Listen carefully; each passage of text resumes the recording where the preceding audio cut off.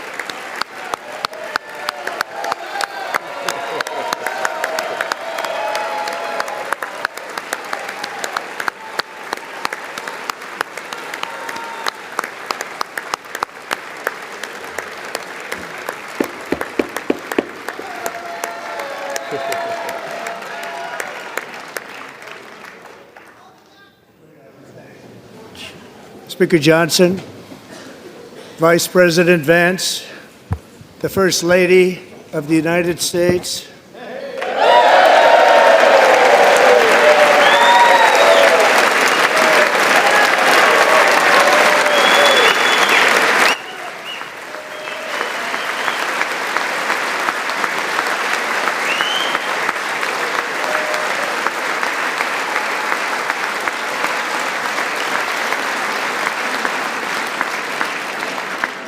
members of the United States Congress, thank you very much. And to my fellow citizens, America is back.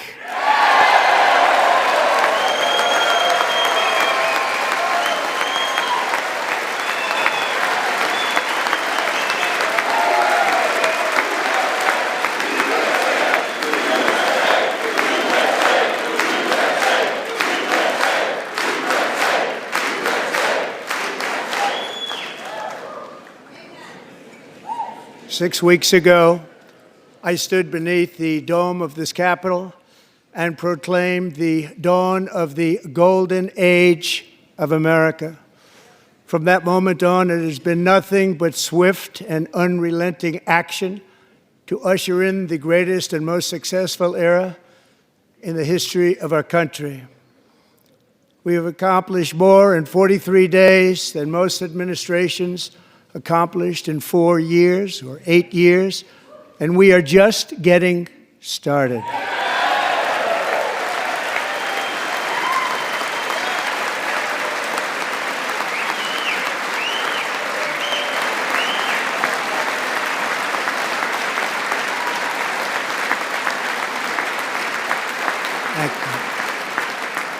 I return to this chamber tonight to report that America's momentum is back, our spirit is back, our pride is back, our confidence is back, and the American dream is surging bigger and better than ever before.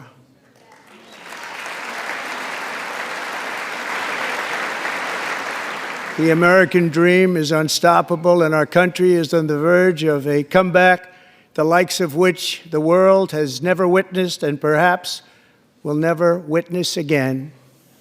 There's never been anything like it. The presidential election of November 5th was a mandate like has not been seen in many decades. We won all 7 swing states, giving us an electoral college victory of 312 votes.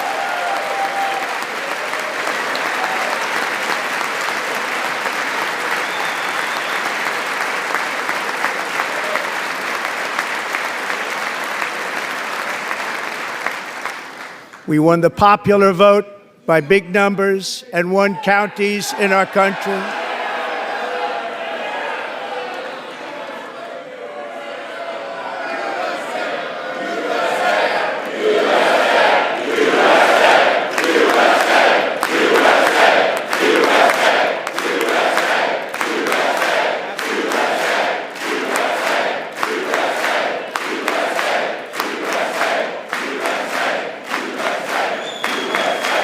And won counties in our country, 2,700 to 525, on a map that reads almost completely red for Republican.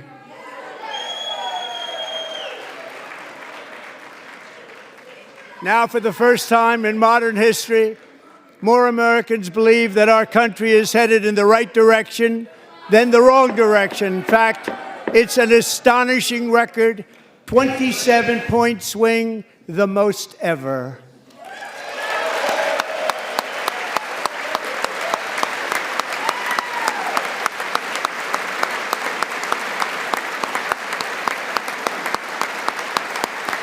Likewise, small business optimism saw its single largest one-month gain ever recorded. Mr. President. A 41-point jump.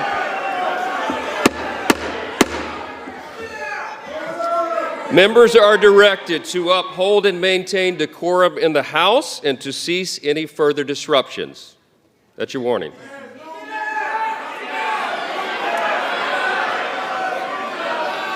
Members are engaging in willful and continuing breach of decorum, and the chair is prepared to direct the Sergeant-at-Arms to restore order to the joint session.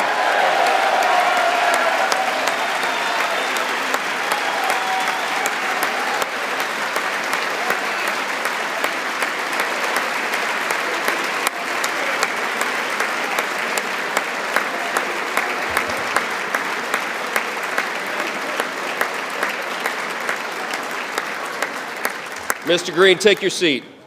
Take your seat, sir. Take your seat.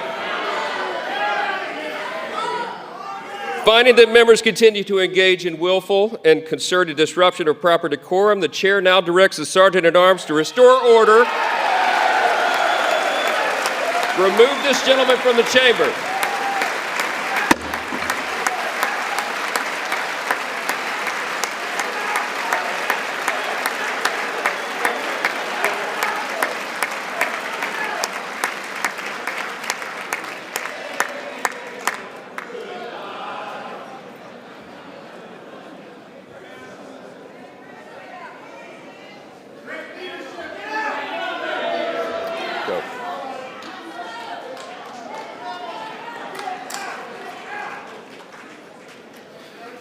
Members are directed to uphold and maintain decorum in the House. Mr. President, you continue. Thank you. Over the past 6 weeks, I have signed nearly 100 executive orders and taken more than 400 executive actions, a record to restore common sense, safety, optimism, and wealth all across our wonderful land. The people elected me to do the job, and I'm doing it.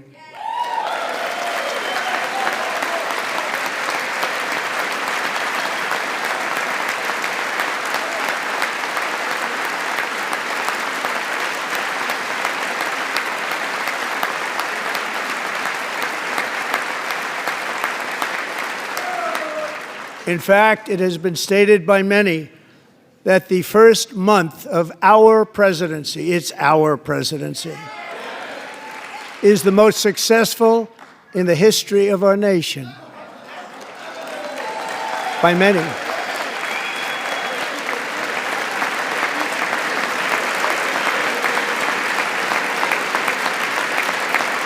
And what makes it even more impressive is that, do you know who number 2 is? George Washington. How about that? How about that? I don't know about that list, but we'll take it.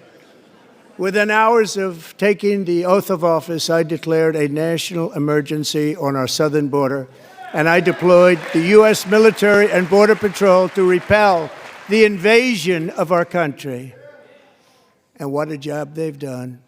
As a result, illegal border crossings last month were by far the lowest ever recorded, ever.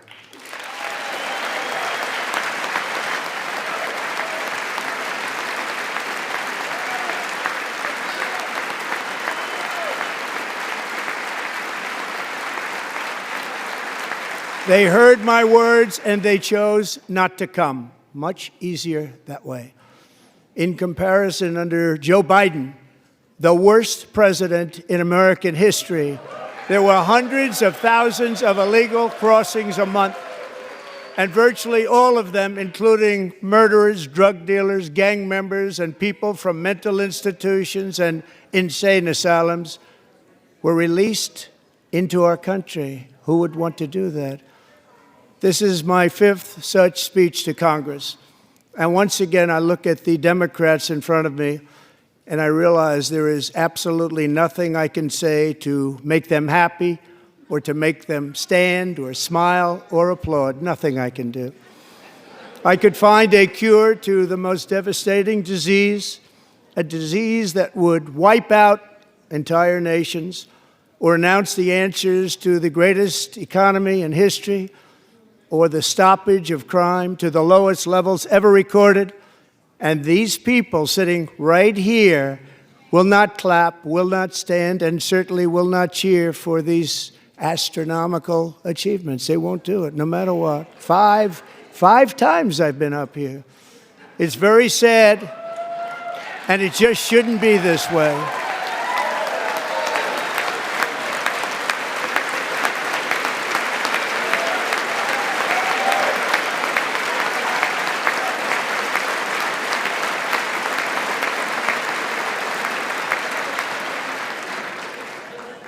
So Democrats sitting before me, for just this one night, why not join us in celebrating so many incredible wins for America?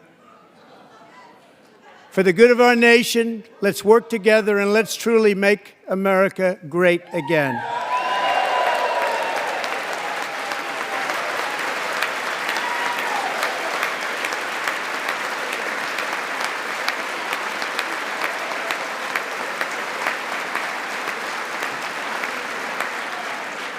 Every day, my administration is fighting to deliver the change America needs to bring a future that America deserves, and we're doing it. This is a time for big dreams and bold action. Upon taking office, I imposed an immediate freeze on all federal hiring, a freeze on all new federal regulations, and a freeze on all foreign aid.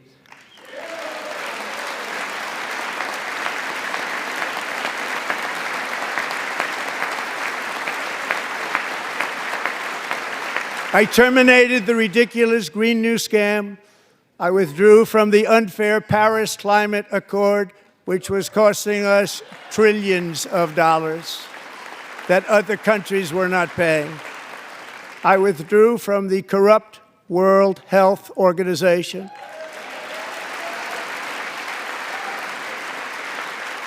And I also withdrew from the anti-American UN Human Rights Council.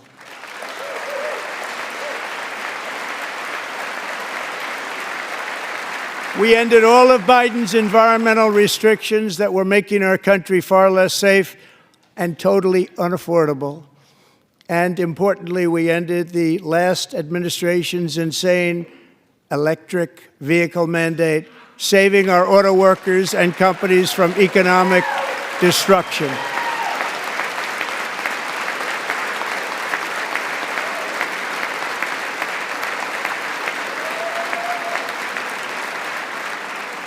To unshackle our economy, I have directed that for every one new regulation, 10 old regulations must be eliminated, just like I did in my very successful first term.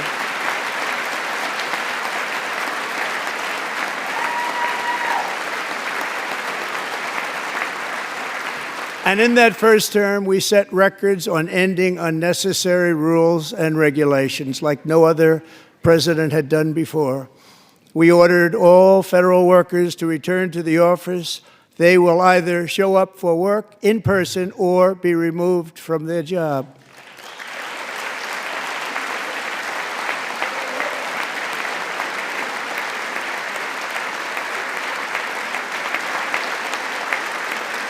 And we have ended weaponized government where, as an example, a sitting president is allowed to viciously prosecute his political opponent, like me. How did that work out? Not too good. Not too good.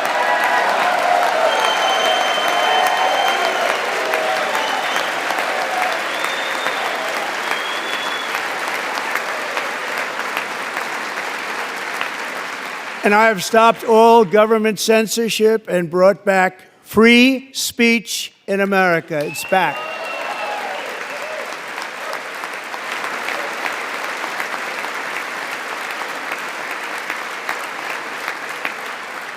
And 2 days ago, I signed an order making English the official language of the United States of America.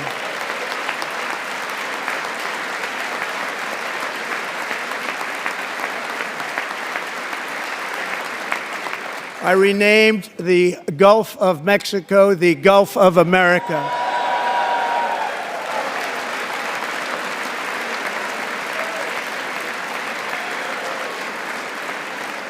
And likewise, I renamed, for a great president, William McKinley, Mount McKinley again.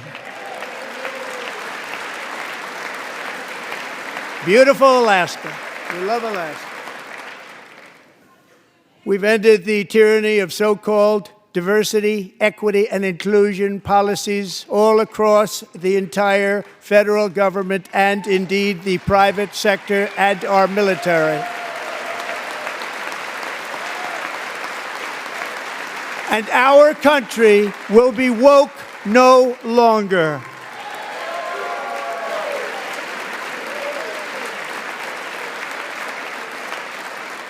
We believe that whether you are a doctor, an accountant, a lawyer, or an air traffic controller, you should be hired and promoted based on skill and competence, not race or gender. Very important.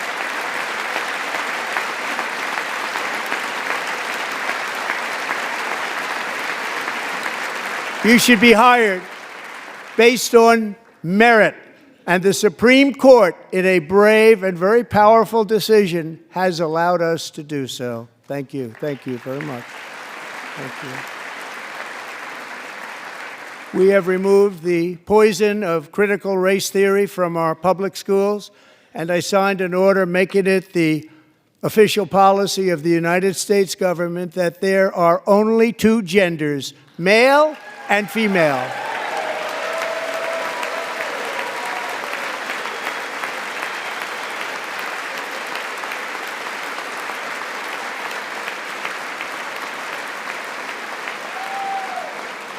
I also signed an executive order to ban men from playing in women's sports.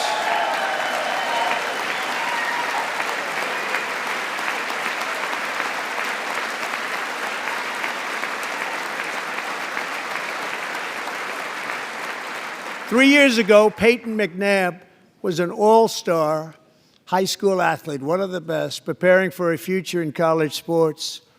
But when her girls' volleyball match was invaded by a male, he smashed the ball so hard in Peyton's face, causing traumatic brain injury, partially paralyzing her right side, and ending her athletic career. It was a shot like she's never seen before. She's never seen anything like it.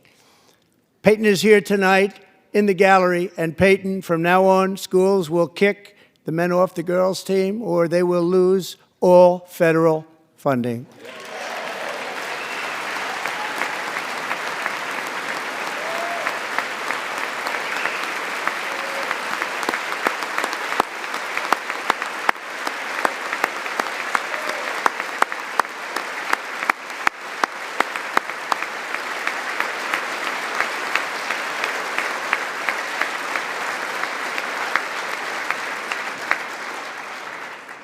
And if you really want to see numbers, just take a look at what happened in the women's boxing, weightlifting, track and field, swimming, or cycling, where a male recently finished a long-distance race 5 hours and 14 minutes ahead of a woman for a new record by 5 hours. Broke the record by 5 hours. It's demeaning for women, and it's very bad for our country. We're not going to put up with it any longer.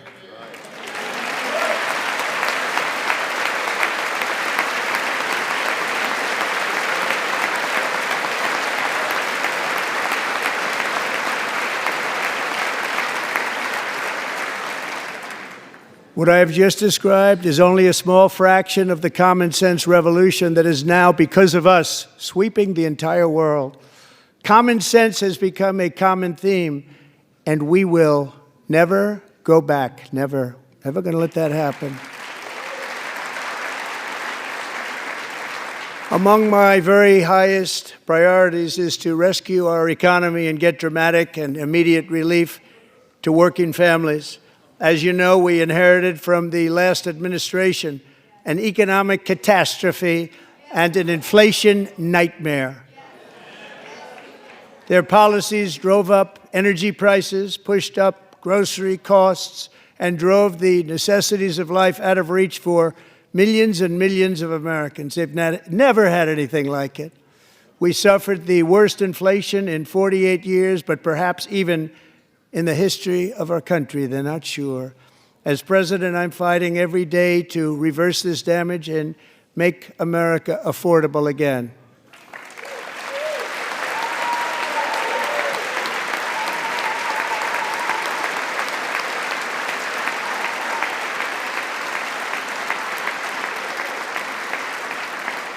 Joe Biden especially let the price of eggs get out of control.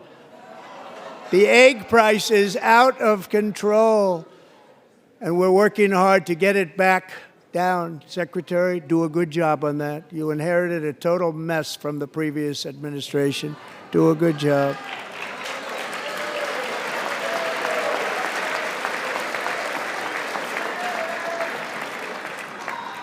A major focus of our fight to defeat inflation is rapidly reducing the cost of energy.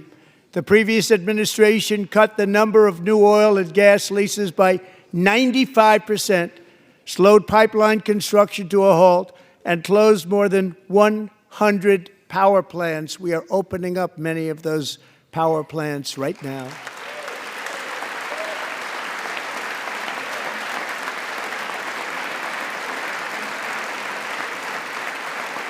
And frankly, we have never seen anything like it. That's why on my first day in office, I declared a national energy emergency. As you've heard me say many times, we have more liquid gold under our feet than any nation on earth, and by far. And now I fully authorize the most talented team ever assembled to go and get it.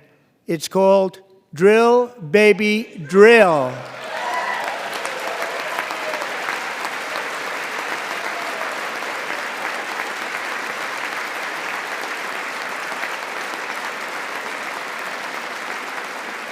My administration is also working on a gigantic natural gas pipeline in Alaska, among the largest in the world, where Japan, South Korea, and other nations want to be our partner with investments of trillions of dollars each. There's never been anything like that one.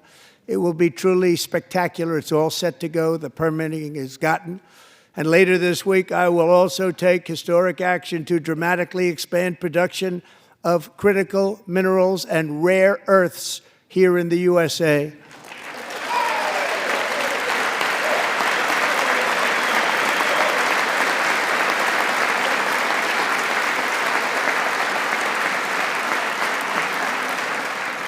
To further combat inflation, we will not only be reducing the cost of energy, but will be ending the flagrant waste of taxpayer dollars.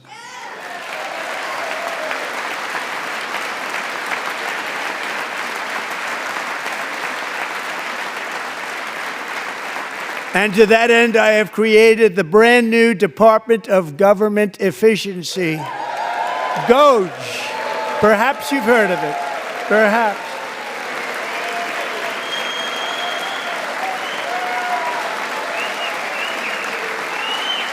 Which is headed by Elon Musk, who is in the gallery tonight.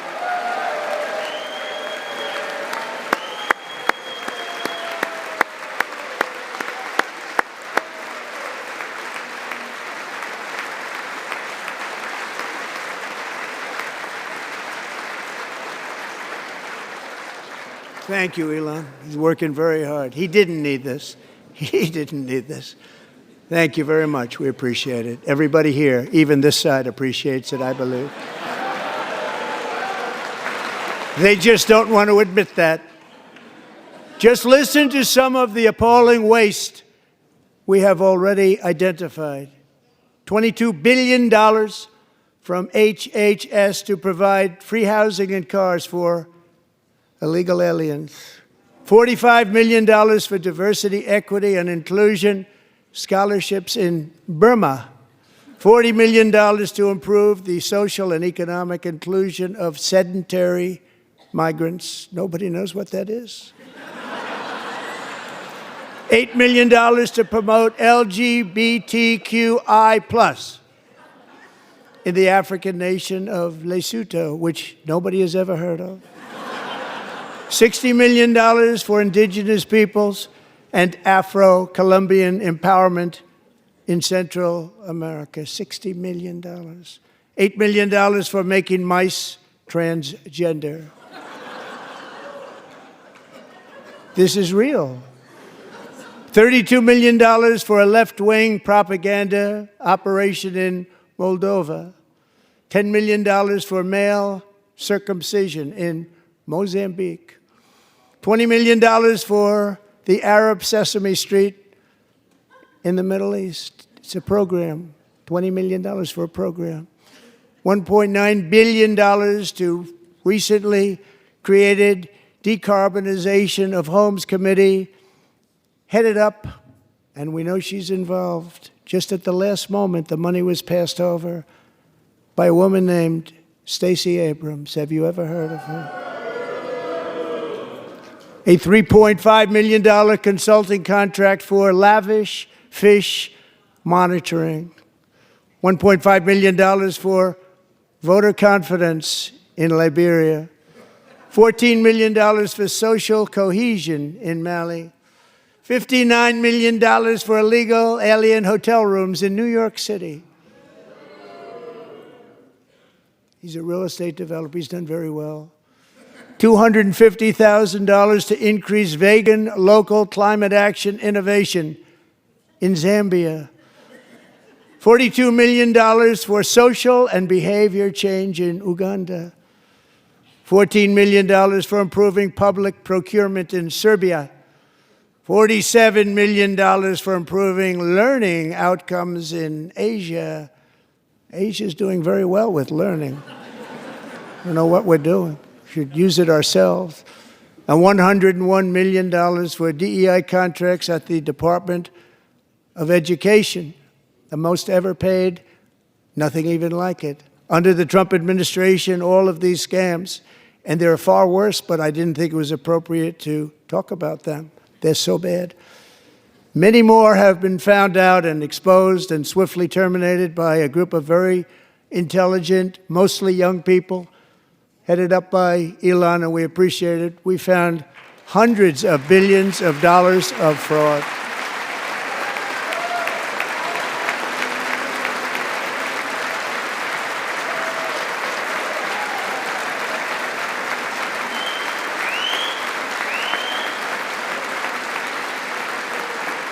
And we've taken back the money and reduced our debt to fight inflation and other things. Taken back a lot of that money. We got it just in time. This is just the beginning. The Government Accountability Office, a federal government office, has estimated annual fraud of over $500 billion in our nation, and we are working very hard to stop it. We're going to. We're also identifying shocking levels of incompetence and probable fraud in the Social Security program for our seniors, and that our seniors and people that we love rely on. Believe it or not, government databases list 4.7 million Social Security members from people aged 100 to 109 years old. It lists 3.6 million people from ages 110 to 119. I don't know any of them. I know some people that are rather elderly, but not quite that elderly. 3.47 million people from ages 120 to 129. 3.9 million people from ages 130 to 139. 3.5 million people from ages 140 to 149. And money is being paid to many of them, and we're searching right now. In fact, Pam, good luck. Good luck. You're going to find it. But a lot of money is paid out to people because it just keeps getting paid, and nobody does, and it really hurts Social Security and hurts our country. 1.3 million people from ages 150 to 159, and over 130,000 people, according to the Social Security databases, are age over 160 years old. We have a healthier country than I thought, Bobby.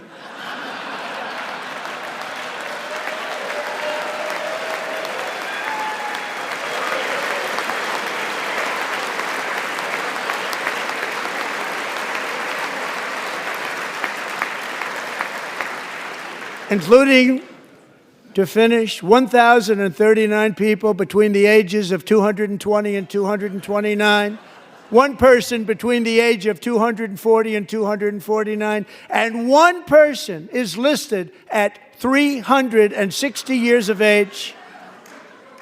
More than 100 years older than our country.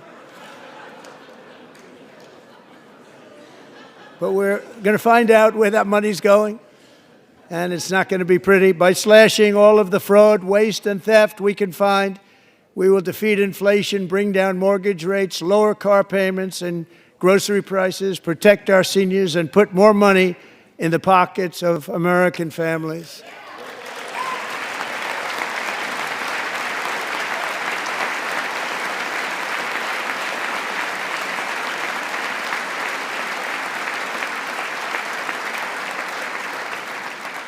And today, interest rates took a beautiful drop, big, beautiful drop. It's about time. And in the near future, I want to do what has not been done in 24 years, balance the federal budget. We're going to balance it.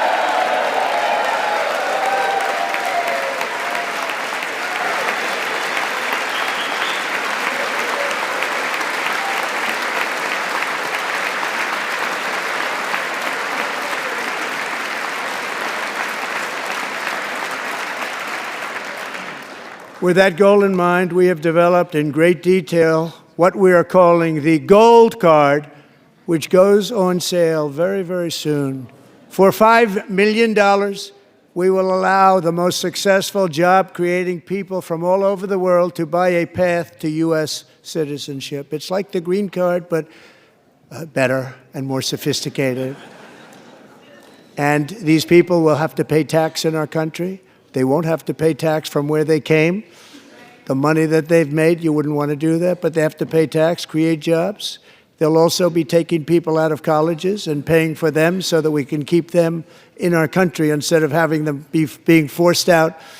Number one, at the top school, as an example, being forced out and not being allowed to stay and create tremendous numbers of jobs and great success for a company out there. So while we take out the criminals, killers, traffickers, and child predators who are allowed to enter our country under the open border policy of these people, the Democrats, the Biden administration, the open border insane policies that you've allowed to destroy our country, we will now bring in brilliant, hardworking, job-creating people.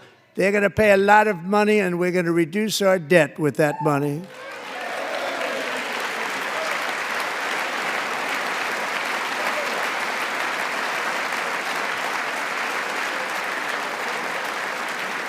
Americans have given us a mandate for bold and profound change. For nearly 100 years, the federal bureaucracy has grown until it has crushed our freedoms, ballooned our deficits, and held back America's potential in every possible way. The nation founded by pioneers and risk-takers now drowns under millions and millions of pages of regulations and debt. Approvals that should take 10 days to get instead take 10 years, 15 years, and even 20 years before you're rejected. Meanwhile, we have hundreds of thousands of federal workers who have not been showing up to work. My administration will reclaim power from this unaccountable bureaucracy, and we will restore true democracy to America again.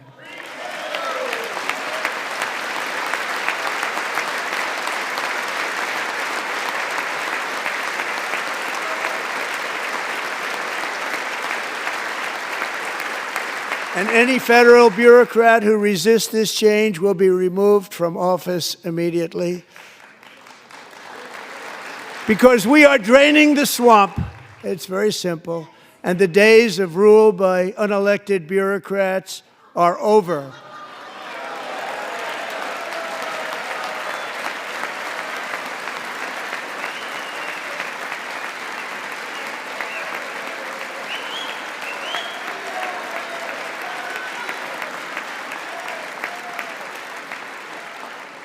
And the next phase of our plan to deliver the greatest economy in history is for this Congress to pass tax cuts for everybody. They're in there. They're waiting for you to vote. And I'm sure that the people on my right, I don't mean the Republican right, but my right here, I'm sure you're going to vote for those tax cuts, because otherwise I don't believe the people will ever vote you into office. So I'm doing you a big favor by telling you that. But I know this group is going to be voting for the tax.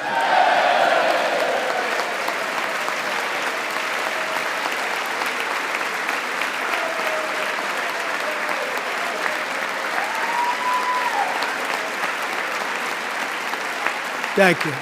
It's a very, very big part of our plan. We had tremendous success in our first term with it. A very big part of our plan. We're seeking permanent income tax cuts all across the board. And to get urgently needed relief to Americans hit especially hard by inflation, I'm calling for no tax on tips, no tax on overtime, and no tax on Social Security benefits for our great seniors.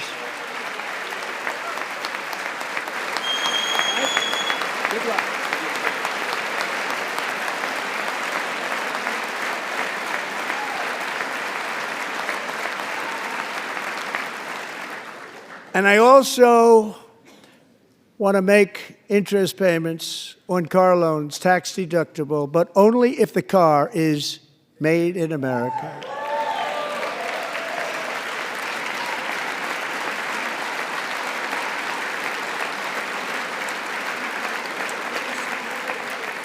And by the way, we're going to have growth in the auto industry like nobody's ever seen. Plants are opening up all over the place. Deals are being made. Never seen. That's a combination of the election win and tariffs. It's a beautiful word, isn't it? That, along with our other policies, will allow our auto industry to absolutely boom. It's going to boom. Spoke to the majors today, all three, the top people, and they're so excited. In fact, already numerous car companies have announced that they will be building massive automobile plants in America, with Honda just announcing a new plant in Indiana, one of the largest anywhere in the world.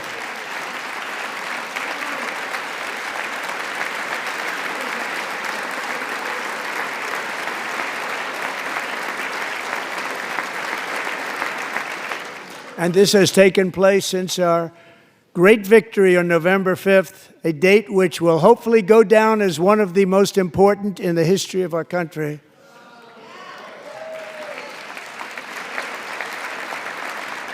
In addition, as part of our tax cuts, we want to cut taxes on domestic production and all manufacturing. And just as we did before, we will provide 100% expensing. It will be retroactive to January 20th, 2025. And it was one of the main reasons why our tax cuts were so successful in our first term, giving us the most successful economy in the history of our country, first term. We had a great first term.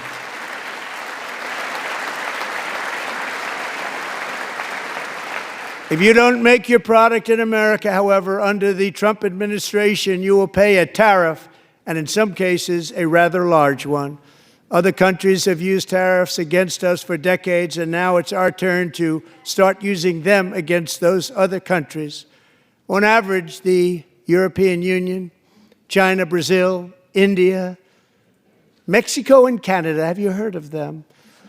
And countless other nations charge us tremendously higher tariffs than we charge them.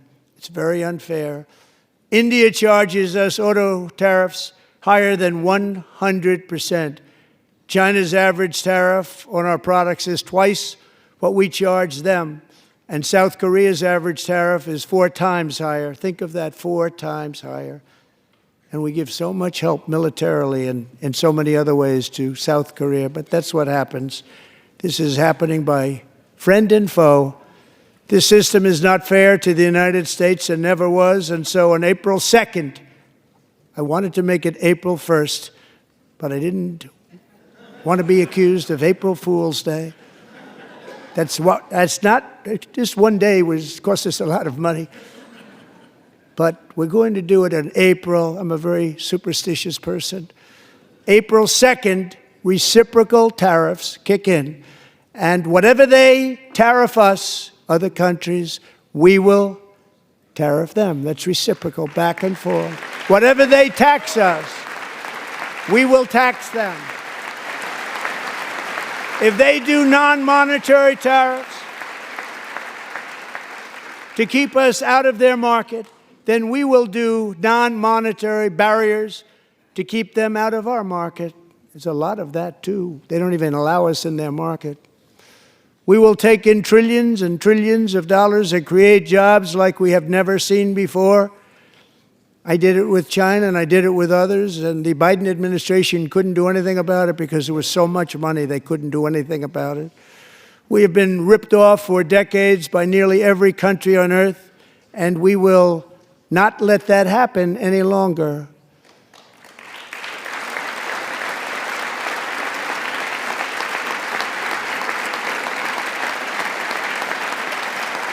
Much has been said over the last 3 months about Mexico and Canada, but we have very large deficits with both of them. But even more importantly, they've allowed fentanyl to come into our country at levels never seen before, killing hundreds of thousands of our citizens and many very young, beautiful people, destroying families. Nobody's ever seen anything like it. They are, in effect, receiving subsidies of hundreds of billions of dollars. We pay subsidies to Canada and to Mexico of hundreds of billions of dollars, and the United States will not be doing that any longer. We're not going to do it any longer.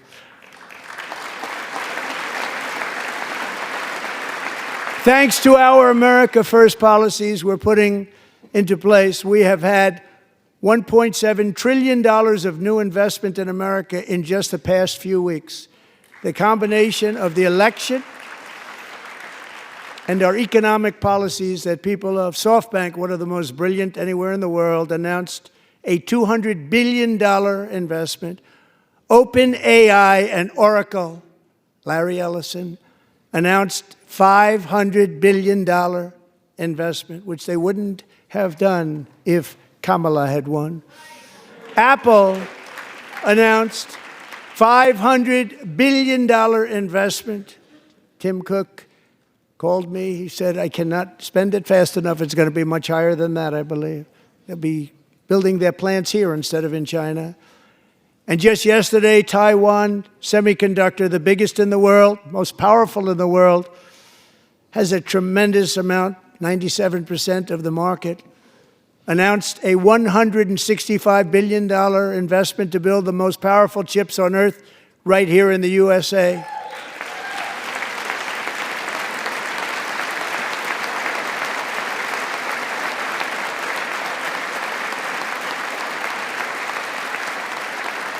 And we're not giving them any money. Your CHIPS Act is a horrible, horrible thing. We give hundreds of billions of dollars, and it doesn't mean a thing. They take our money and they don't spend it. All that meant to them, we're giving them no money. All that was important to them was they didn't want to pay the tariffs, so they came and they're building, and many other companies are coming. We don't have to give them money. We just want to protect our businesses and our people, and they will come because they won't have to pay tariffs if they build in America. So it's very amazing. You should get rid of the CHIP Act, and whatever's left over, Mr. Speaker, you should use it to reduce debt or any other reason you want to.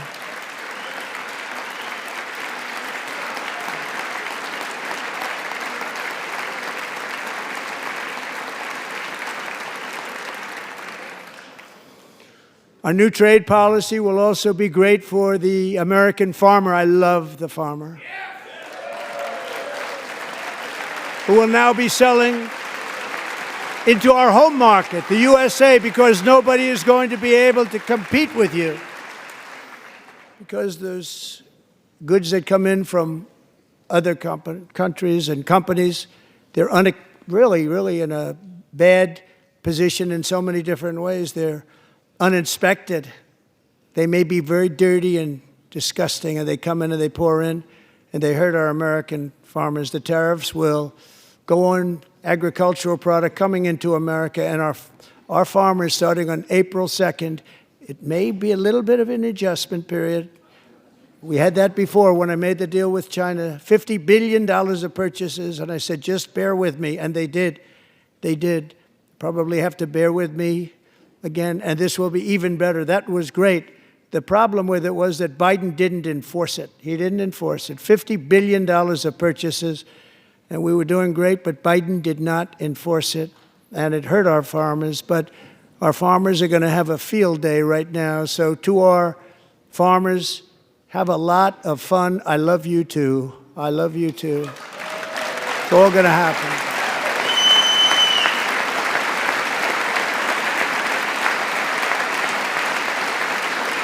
And I have also imposed a 25% tariff on foreign aluminum, copper, lumber, and steel, because if we don't have, as an example, steel and lots of other things, we don't have a military, and frankly, we just won't have a country very long.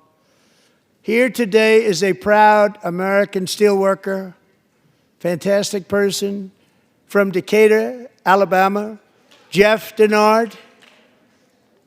Has been working at the same steel plant for 27 years in a job that has allowed him to serve as the captain of his local volunteer fire department, raise 7 children with his beautiful wife, Nicole, and over the years provide a loving home for more than 40 foster children.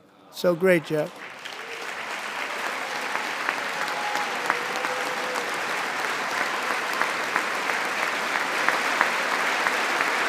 Thank you, Jeff. Thank you, Jeff.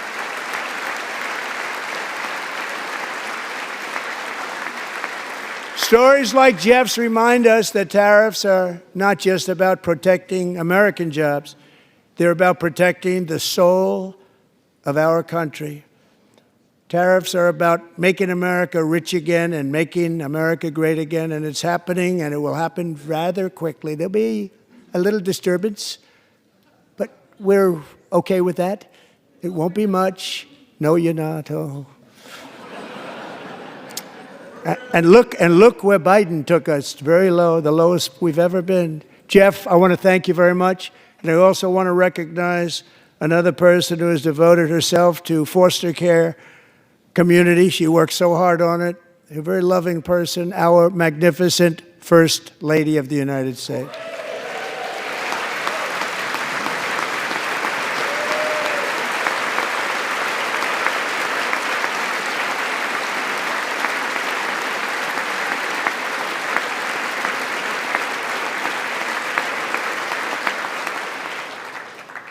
Melania's work has yielded incredible results, helping prepare our nation's future leaders as they enter the workforce. Our First Lady is joined by 2 impressive young women, very impressive. Haley Ferguson, who benefited from the First Lady's Fostering the Future initiative and is poised to complete her education and become a teacher. And Elliston Berry, who became a victim of an illicit deepfake image produced by a peer. With Elliston's help, the Senate just passed the Take It Down Act, and this is so important. Thank you very much, John. John Thune, thank you. Stand up, John. Thank you, John.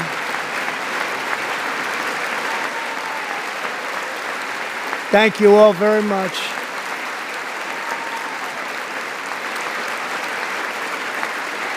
Thank you. And thank you to John Thune and the Senate. Great job. To criminalize the publication of such images online is a terrible, terrible thing. And once it passes the House, I look forward to signing that bill into law. Thank you. And I'm going to use that bill for myself, too, if you don't mind.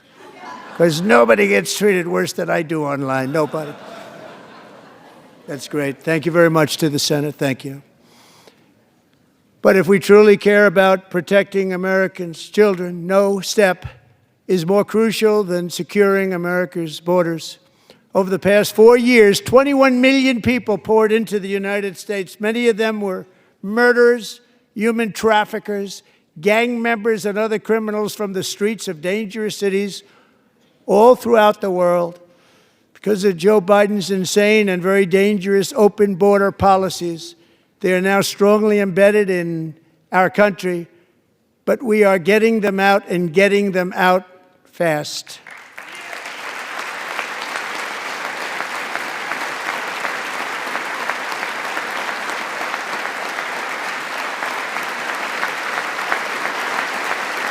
And I want to thank Tom Homan and Christy. I want to thank you and Paul of Border Patrol. I want to thank you. What a job they've all done, everybody. Border Patrol, ICE, law enforcement in general is incredible. We have to take care of our law enforcement. Have to.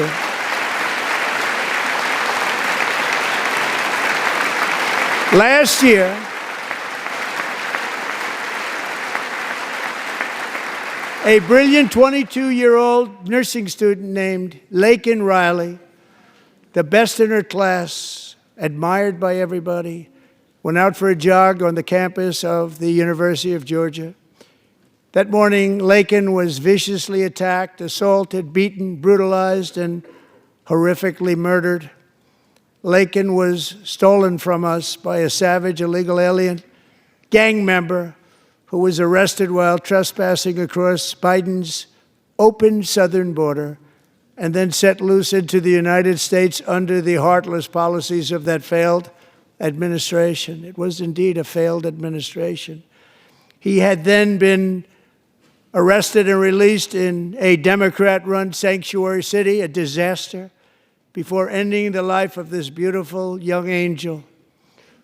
With us this evening are Laken's beloved mother, Allison, and her sister, Lauren.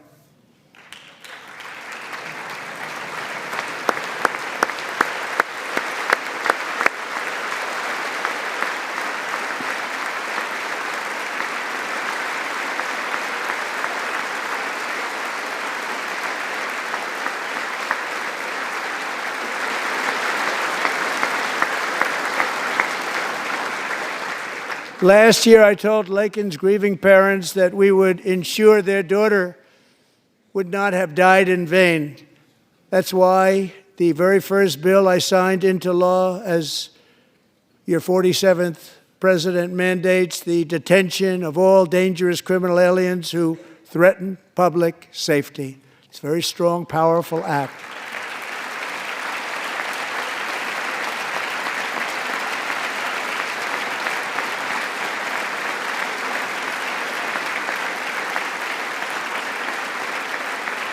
It's called the Laken-Riley Act. So Allison and Lauren, America will never, ever forget our beautiful Laken Hope Riley.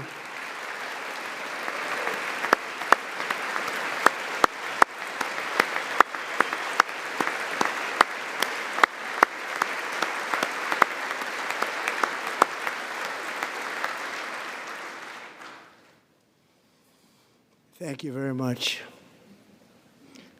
Since taking office, my administration has launched the most sweeping border and immigration crackdown in American history, and we quickly achieved the lowest numbers of illegal border crossers ever recorded. Thank you.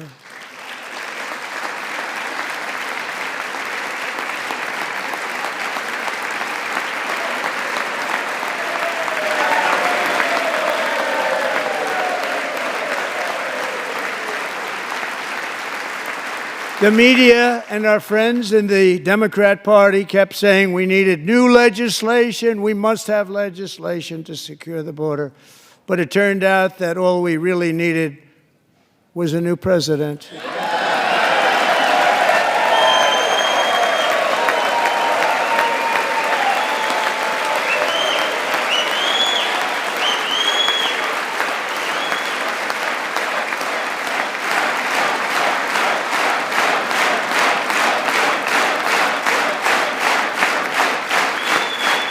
Thank you. Joe Biden didn't just open our borders, he flew illegal aliens over them to overwhelm our schools, hospitals, and communities throughout the country. Entire towns like Aurora, Colorado, and Springfield, Ohio, buckled under the weight of the migrant occupation and corruption like nobody's ever seen before. Beautiful towns destroyed. Now, just as I promised in my inaugural address, we are achieving the great liberation of America.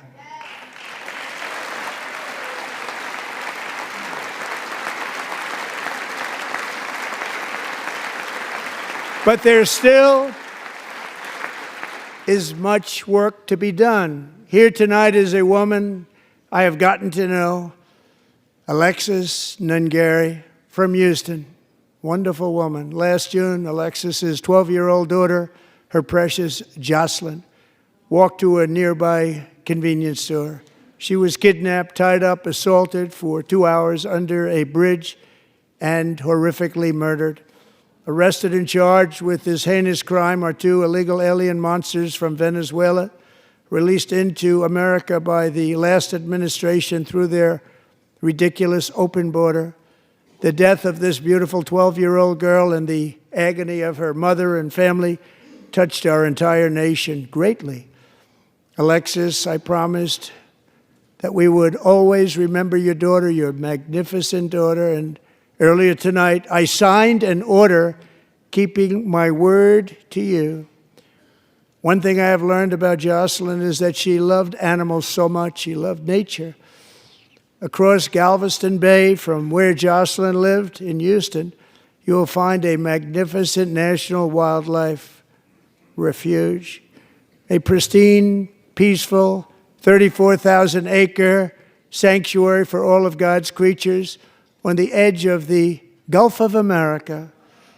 Alexis, moments ago, I formally renamed that refuge in loving memory of your beautiful daughter, Jocelyn. So, Mr. Vice President, if you would, may I have the order?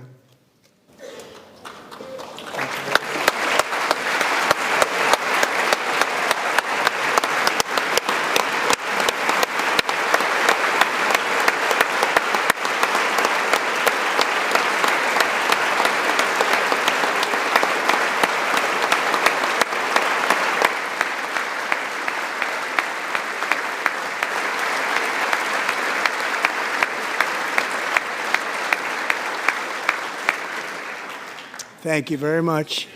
All three savages charged with Jocelyn and Lakin's murders were members of the Venezuelan prison gang, the toughest gang, they say, in the world, known as Tren de Aragua. 2 weeks ago, I officially designated this gang, along with MS-13 and the bloodthirsty Mexican drug cartels, as foreign terrorist organizations.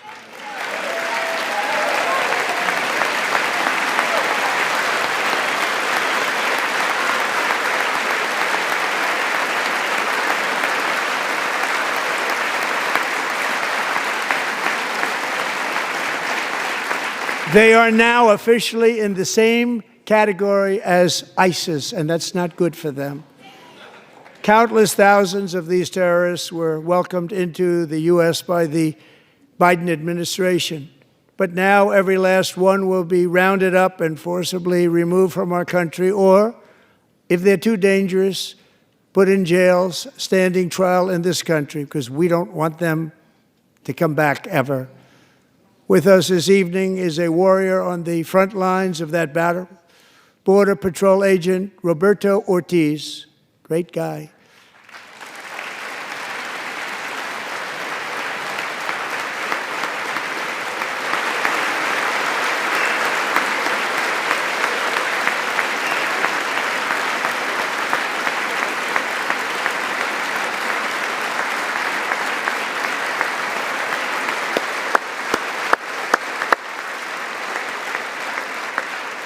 In January, Roberto and another agent were patrolling by the Rio Grande near an area known as Cartel Island. Doesn't sound too nice to me.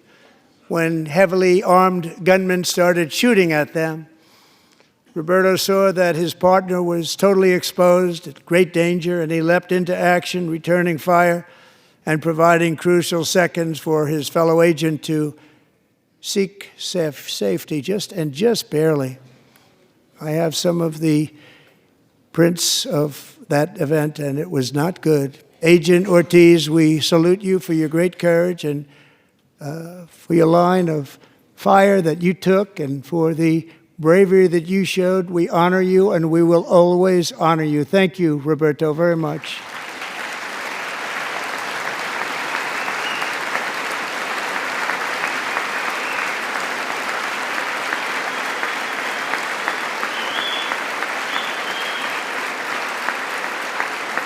Thank you, Roberto.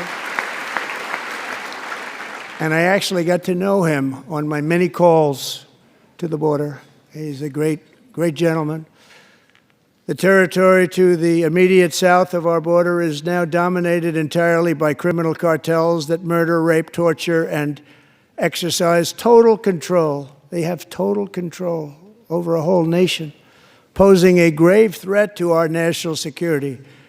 The cartels are waging war on America, and it's time for America to wage war on the cartels, which we are doing.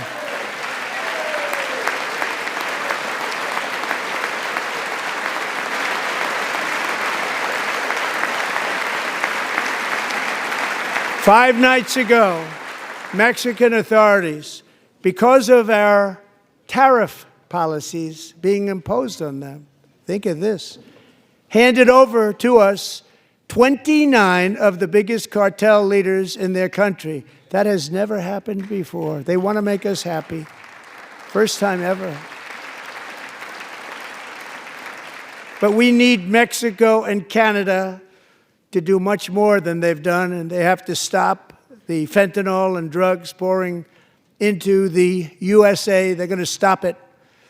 I have sent Congress a detailed funding request laying out exactly how we will eliminate these threats to protect our homeland and complete the largest deportation operation in American history, larger even than current record holder, President Dwight D. Eisenhower, a moderate man, but someone who believed very strongly in borders.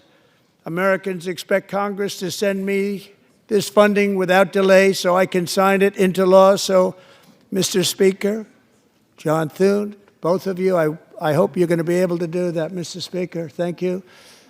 Mr. Leader, thank you. Thank you very much. And let's get it to me. I'll sign it so fast, you won't even believe it.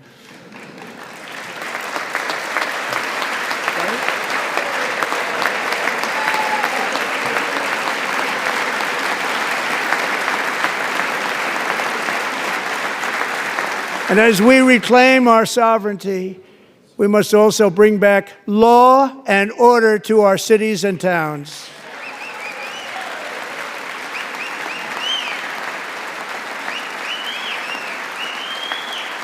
In recent years, our justice system has been turned upside down by radical left lunatics.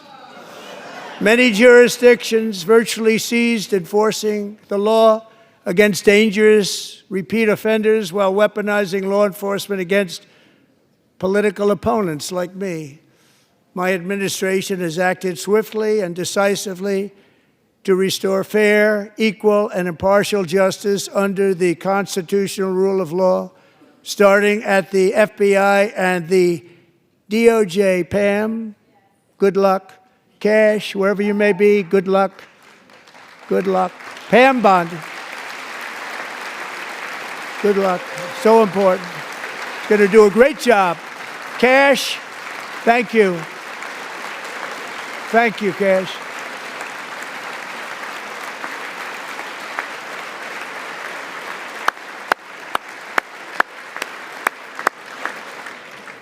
They've already started very strong. They're going to do a fantastic job. You're going to be very proud of them. We're also once again giving our police officers the support, protection, and respect they so dearly deserve. They have to get it. They have such a hard, dangerous job, but we're going to make it less dangerous. The problem is the bad guys don't respect the law, but they're starting to respect it, and they soon will respect it. This also includes our great fire departments throughout the country. Our firemen and women are unbelievable people, and we'll never forget them. And besides that, they voted for me in record numbers, so I have no choice.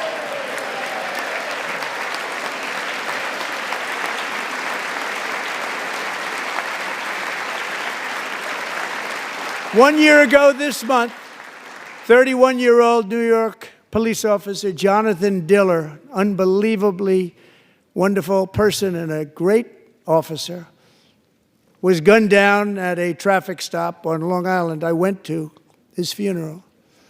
The vicious criminal charged with his murder had 21 prior arrests, and they were rough arrests, too. He was a real bad one.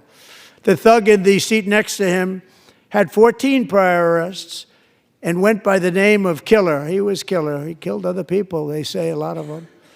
I attended Officer Diller's service, and when I met his wife and one-year-old son, Ryan, it was very inspirational, actually. His widow's name is Stephanie, and she is here tonight. Stephanie, thank you very much, Stephanie. Thank you very much.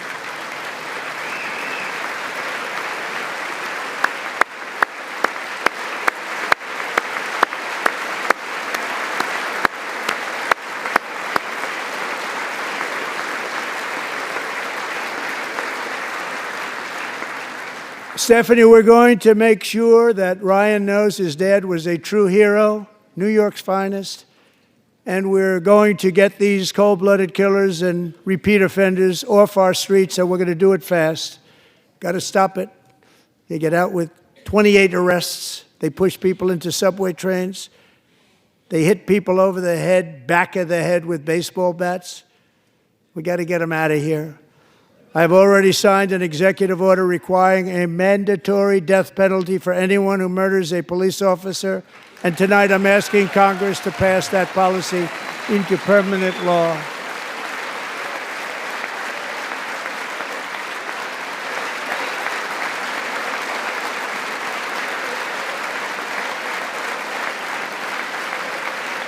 I'm also asking for a new crime bill getting tough on repeat offenders while enhancing protections for America's police officers so they can do their jobs without fear of their lives being totally destroyed. They don't want to be killed. We're not going to let them be killed. Joining us in the gallery tonight is a young man who truly loves our police. His name is DJ Daniel. He is 13 years old, and he has always dreamed of becoming a police officer.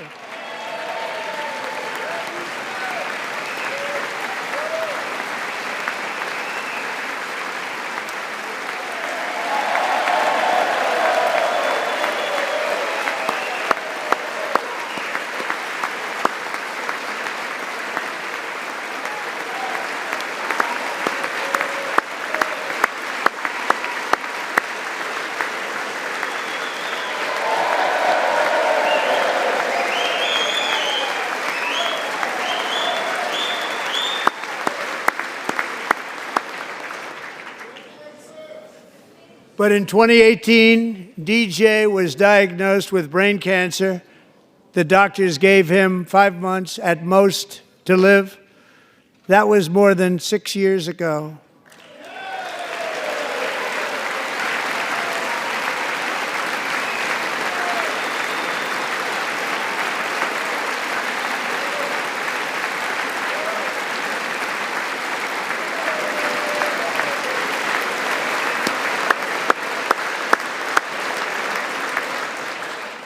Since that time, DJ and his dad have been on a quest to make his dream come true, and DJ has been sworn in as an honorary law enforcement officer, actually a number of times. The police love him, the police departments love him. And tonight, DJ, we're going to do you the biggest honor of them all. I am asking our new Secret Service Director, Sean Curran, to officially make you an agent of the United States Secret Service.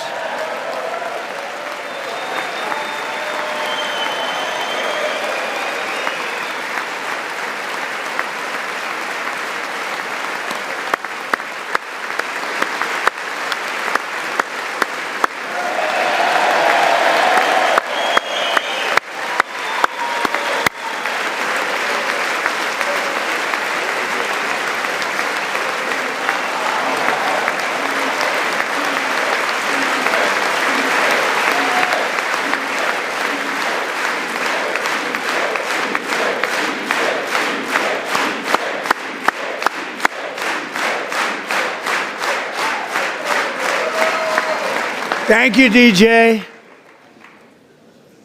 DJ's doctors believe his cancer likely came from a chemical he was exposed to when he was younger. Since 1975, rates of child cancer have increased by more than 40%. Reversing this trend is one of the top priorities for our new Presidential Commission to Make America Healthy Again, chaired by our new Secretary of Health and Human Services, Robert F. Kennedy, Jr.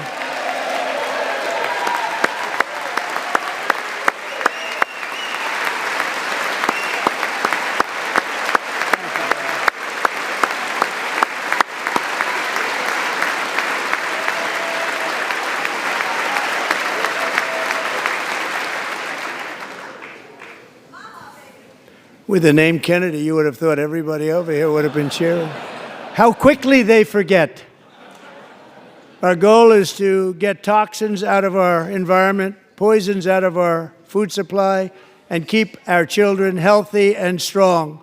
As an example, not long ago, and you can't even believe these numbers, 1 in 10,000 children had autism, 1 in 10,000.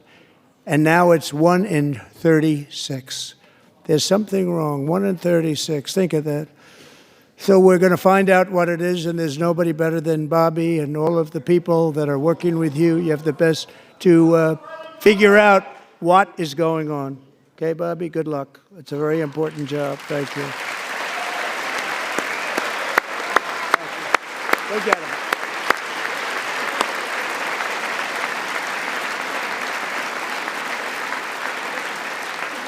Thank you. My administration is also working to protect our children from toxic ideologies in our schools. A few years ago, January Littlejohn and her husband discovered that their daughter's school had secretly, socially transitioned their 13-year-old little girl. Teachers and administrators conspired to deceive January and her husband while encouraging her daughter to use a new name and pronouns. They, them pronoun, actually, all without telling January, who is here tonight and is now a courageous advocate against this form of child abuse. January, thank you. Thank you. Thank you very much.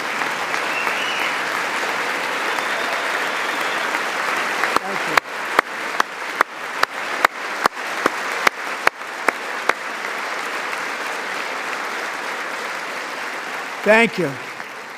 Stories like this are why, shortly after taking office, I signed an executive order banning public schools from indoctrinating our children with transgender ideology.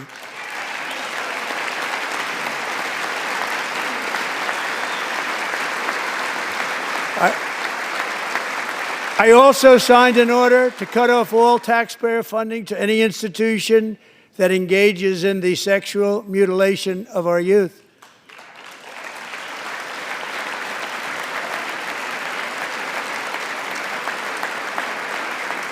And now I want Congress to pass a bill permanently banning and criminalizing sex changes on children and forever ending the lie that any child is trapped in the wrong body.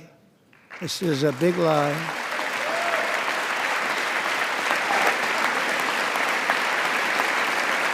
And our message to every child in America is that you are perfect exactly the way God made you.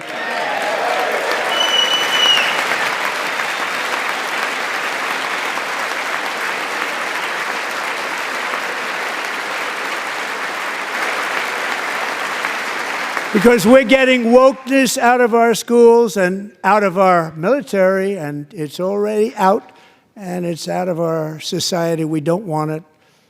Wokeness is trouble. Wokeness is bad. It's gone. It's gone.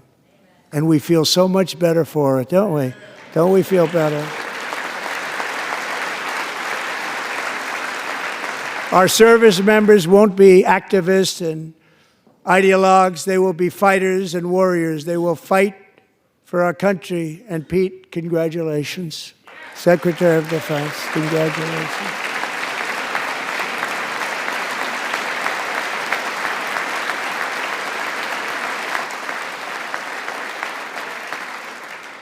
And he's not big into the woke movement, I can tell you.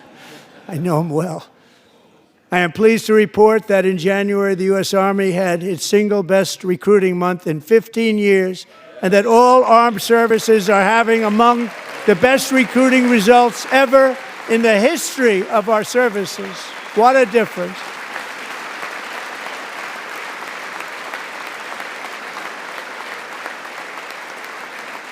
And you know, it was just a few months ago where the results were exactly the opposite. We couldn't recruit anywhere. We couldn't recruit.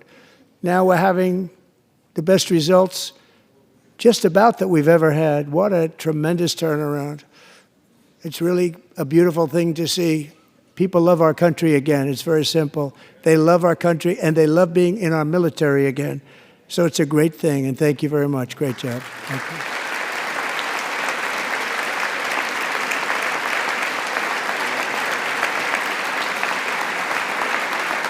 you. We're joined tonight by a young man, Jason Hartley, who knows the weight of that call of duty. Jason's father, grandfather, and great-grandfather all wore the uniform. Jason tragically lost his dad, who was also a Los Angeles County Sheriff's deputy when he was just a boy, and now he wants to carry on the family legacy of service. Jason is a senior in high school, a six-letter varsity athlete, a really good athlete, they say, a brilliant student with a 4.46, that's good, GPA. And his greatest dream is to attend the U.S. Military Academy at West Point.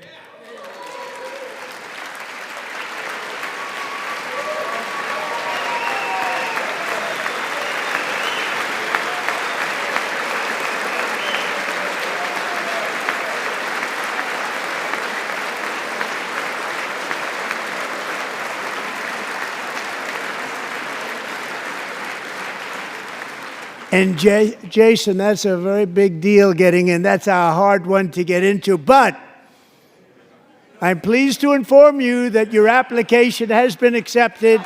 You will soon be joining the Corps of Cadets.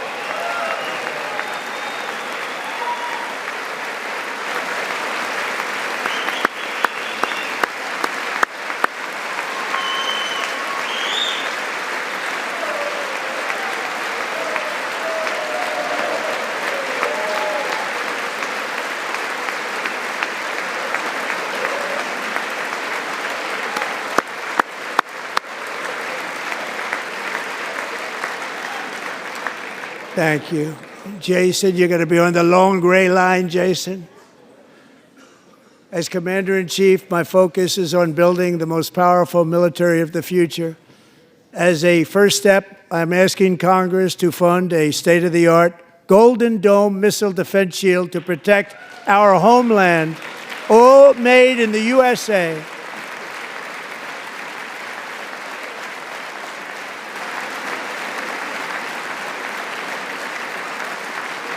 And Ronald Reagan wanted to do it long ago, but the technology just wasn't there, not even close. But now we have the technology. It's incredible, actually. And other places, they have it. Israel has it. Other places have it. And the United States should have it too, right, Tim, right? They should have it too. So I want to thank you. But it's a very, very important. This is a very dangerous world. We should have it. We want to be protected, and we're going to protect our citizens like never before. To boost our defense industrial base, we are also going to resurrect the American shipbuilding industry, including commercial shipbuilding and military shipbuilding.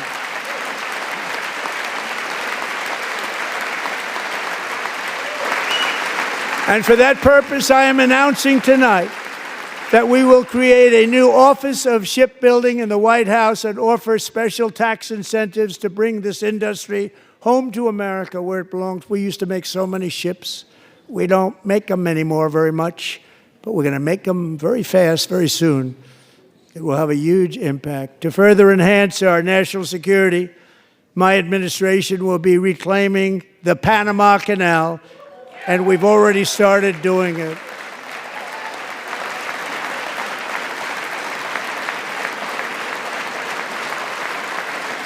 Just today, a large American company announced they are buying both ports around the Panama Canal and lots of other things having to do with the Panama Canal and a couple of other canals. The Panama Canal was built by Americans for Americans, not for others, but others could use it. But it was built at tremendous cost of American blood and treasure. 38,000 workers died building the Panama Canal. They died of malaria. They died of snake bites and mosquitoes. Not a nice place to work. They paid them very highly to go there, knowing there was a 25% chance that they would die. The most expensive project also that was ever built in our country's history, if you bring it up to modern day costs. It was given away by the Carter administration for $1, but that agreement has been violated very severely. We didn't give it to China. We gave it to Panama, and we're taking it back.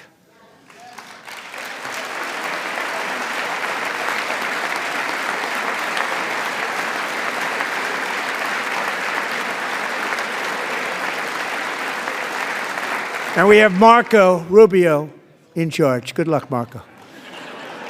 Now, we know who to blame if anything goes wrong. Now, Marco's been amazing, and he's going to do a great job. Think of it. He got 100 votes.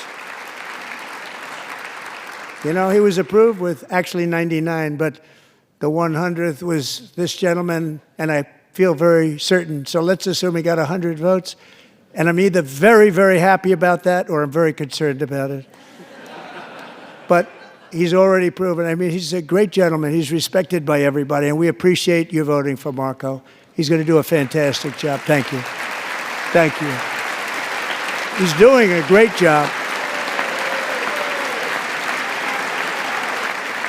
Great job. And I also have a message tonight for the incredible people of Greenland. We strongly support your right to determine your own future. And if you choose, we welcome you into the United States of America. We need Greenland for national security and even international security, and we're working with everybody involved to try and get it. But we need it really for international world security, and I think we're going to get it. One way or the other, we're going to get it. We will keep you safe. We will make you rich, and together we will take Greenland to heights like you have never thought possible before. It's a very small population, but very, very large piece of land and very, very important for military security. America is once again standing strong against the forces of radical Islamic terrorism.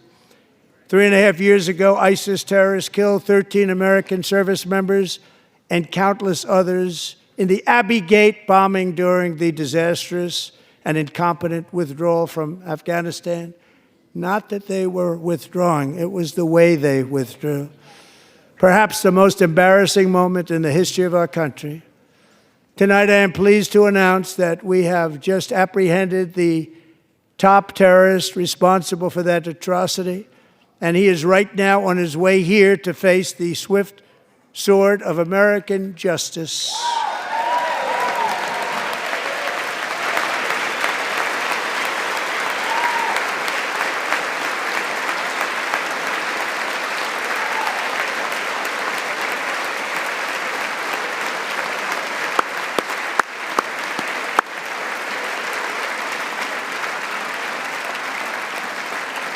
And I want to thank especially the government of Pakistan for helping arrest this monster. This was a very momentous day for those 13 families who I actually got to know very well, most of them, whose children were murdered, and the many people that were so badly, over 42 people, so badly injured on that fateful day in Afghanistan. What a horrible day. Such incompetence was shown. That when Putin saw what happened, I guess he said, wow, maybe this is my chance. That's how bad it was. Should have never happened. Grossly incompetent people. I spoke to many of the parents and loved ones, and they're all in our hearts tonight.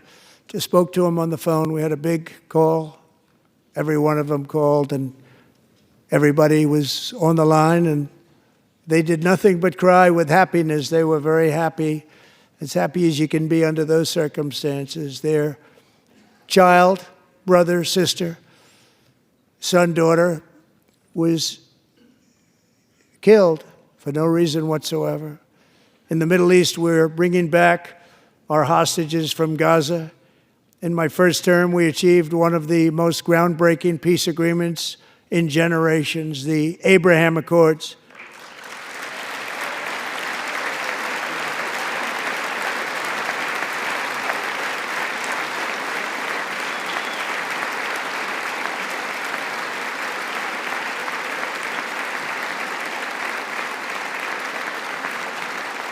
And now we're going to build on that foundation to create a more peaceful and prosperous future for the entire region. A lot of things are happening in the Middle East. People have been talking about that so much lately with everything going on with Ukraine and Russia. But a lot of things are happening in the Middle East. It's a rough neighborhood, actually. I'm also working tirelessly to end the savage conflict in Ukraine. Millions of Ukrainians and Russians have been needlessly killed or wounded in this horrific and brutal conflict with no end in sight.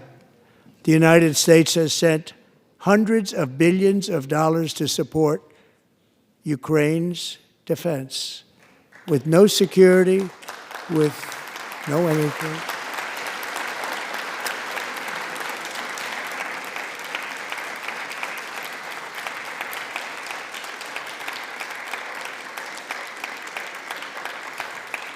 Do you want to keep it going for another 5 years?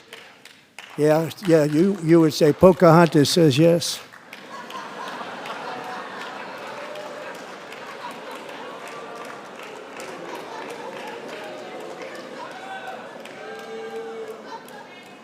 $2,000 people are being killed every single week.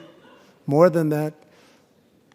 They're Russian young people. They're Ukrainian young people. They're not Americans. But I want it to stop. Meanwhile, Europe has sadly spent more money buying Russian oil and gas than they have spent on defending Ukraine, by far. Think of that. They've spent more buying Russian oil and gas than they have defending. And we've spent perhaps $350 billion, like taking candy from a baby. That's what happened. And they've spent $100 billion. What a difference that is. And we have an ocean separating us, and they don't. But we're getting along very well with them, and lots of good things are happening. Biden has authorized more money in this fight than Europe has spent by billions and billions of dollars. It's hard to believe that they wouldn't have stopped it and said at some point, come on, let's equalize. You got to be equal to us. But that didn't happen. Earlier today, I received an important letter from President Zelensky of Ukraine. The letter reads, Ukraine is ready to come to the negotiating table as soon as possible to bring lasting peace closer. Nobody wants peace more than the Ukrainians, he said. My team and I stand ready to work under President Trump's strong leadership to get a peace that lasts.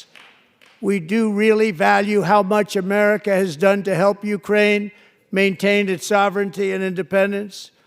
Regarding the agreement on minerals and security, Ukraine is ready to sign it at any time that is convenient for you. I appreciate that he sent this letter, just got it a little while ago. Simultaneously, we've had serious discussions with Russia and have received strong signals that they are ready for peace. Wouldn't that be beautiful? Wouldn't that be beautiful?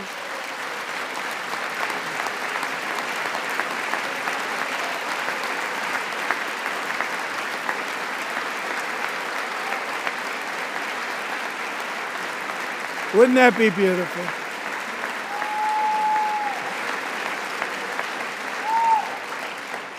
It's time to stop this madness. It's time to halt the killing.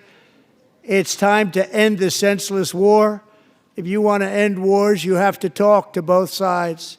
Nearly 4 years ago, amid rising tensions, a history teacher named Mark Fogel was detained in Russia and sentenced to 14 years in a penal colony. Rough stuff. The previous administration barely lifted a finger to help him. They knew he was innocent, but they had no idea where to begin. But last summer, I promised his 95-year-old mother, Malphine, that we would bring her boy safely back home. After 22 days in office, I did just that, and they are here tonight.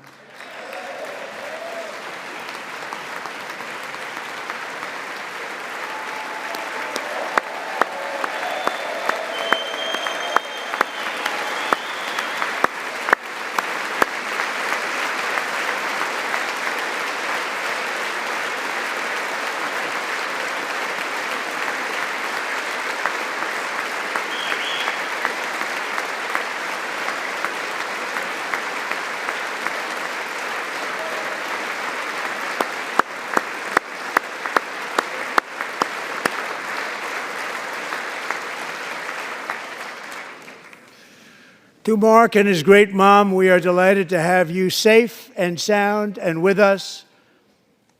As fate would have it, Mark Fogel was born in a small rural town in Butler, Pennsylvania. Have you heard of it?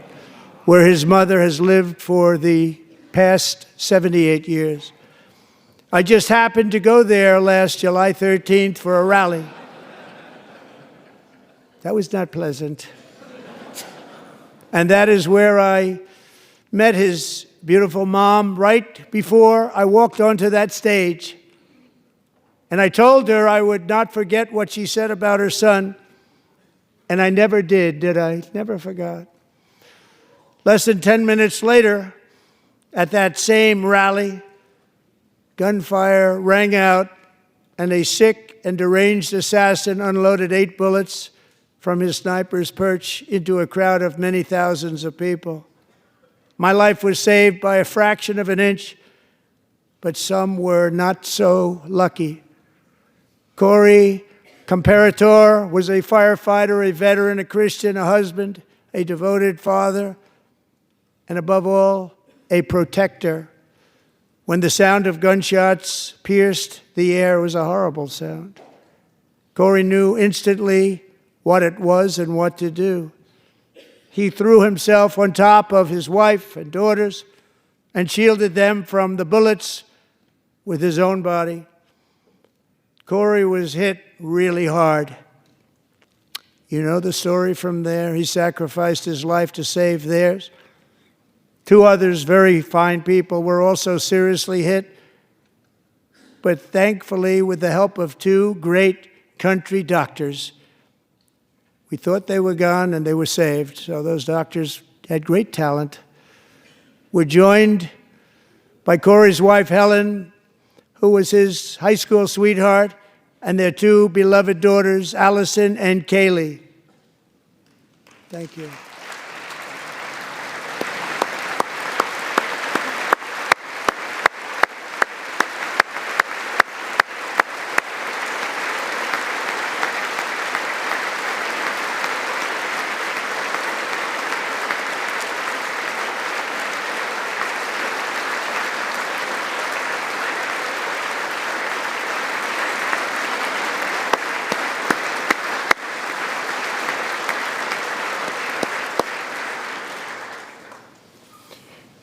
To Helen, Allison, and Kaylee, Corey is looking down on his 3 beautiful ladies right now, and he is cheering you on. He loves you.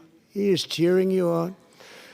Corey was taken from us much too soon, but his destiny was to leave us all with a shining example of the selfless devotion of a true American patriot.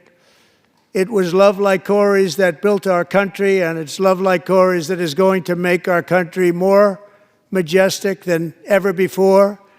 I believe that my life was saved that day in Butler for a very good reason. I was saved by God to make America great again. I believe that. Thank you. Thank you.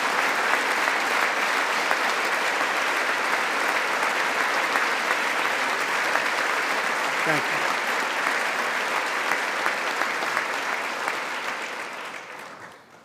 Thank you very much. From the patriots of Lexington and Concord to the heroes of Gettysburg and Normandy, from the warriors who crossed the Delaware to the trailblazers who climbed the Rockies, and from the legends who soared at Kitty Hawk to the astronauts who touched the moon, Americans have always been the people who defied all odds, transcended all dangers, made the most extraordinary sacrifices, and did whatever it took to defend our children, our country, and our freedom. And as we have seen in this chamber tonight, that same strength, faith, love, and spirit is still alive and thriving in the hearts of the American people. Despite the best efforts of those who would try to censor us, silence us, break us, destroy us, Americans are today a proud, free, sovereign, and independent nation that will always be free, and we will fight for it till death. We will never let anything happen to our beloved country, because we are a country of doers, dreamers, fighters, and survivors. Our ancestors crossed a vast ocean, strode into the unknown wilderness, and carved their fortunes from the rock and soil of a perilous and very dangerous frontier. They chased our destiny across a boundless continent. They built the railroads, laid the highways, and graced the world with American marvels like the Empire State Building, the mighty Hoover Dam, and the towering Golden Gate Bridge. They lit the world with electricity, broke free of the force of gravity, fired up the engines of American industry, vanquished the communists, fascists, and Marxists all over the world, and gave us countless modern wonders sculptured out of iron, glass, and steel. We stand on the shoulders of these pioneers who won and built the modern age, these workers who poured their sweat into the skylines of our cities, these warriors who shed their blood on fields of battle and gave everything they had for our rights and for our freedom. Now it is our time to take up the righteous cause of American liberty, and it is our turn to take America's destiny into our own hands and begin the most thrilling days in the history of our country. This will be our greatest era. With God's help, over the next 4 years, we are going to lead this nation even higher, and we are going to forge the freest, most advanced, most dynamic, and most dominant civilization ever to exist on the face of this earth. We are going to create the highest quality of life, build the safest and wealthiest and healthiest and most vital communities anywhere in the world. We are going to conquer the vast frontiers of science, and we are going to lead humanity into space and plant the American flag on the planet Mars and even far beyond.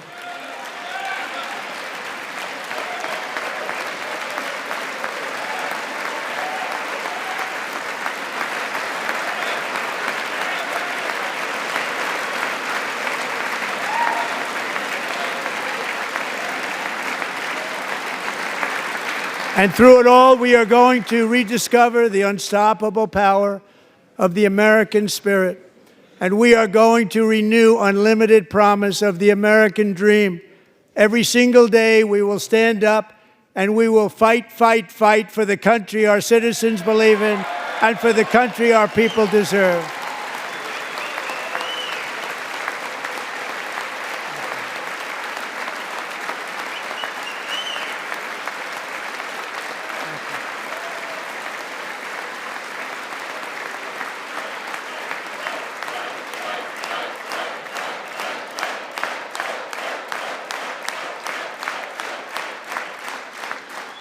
My fellow Americans, get ready for an incredible future, because the golden age of America has only just begun. It will be like nothing that has ever been seen before. Thank you, God bless you, and God bless America.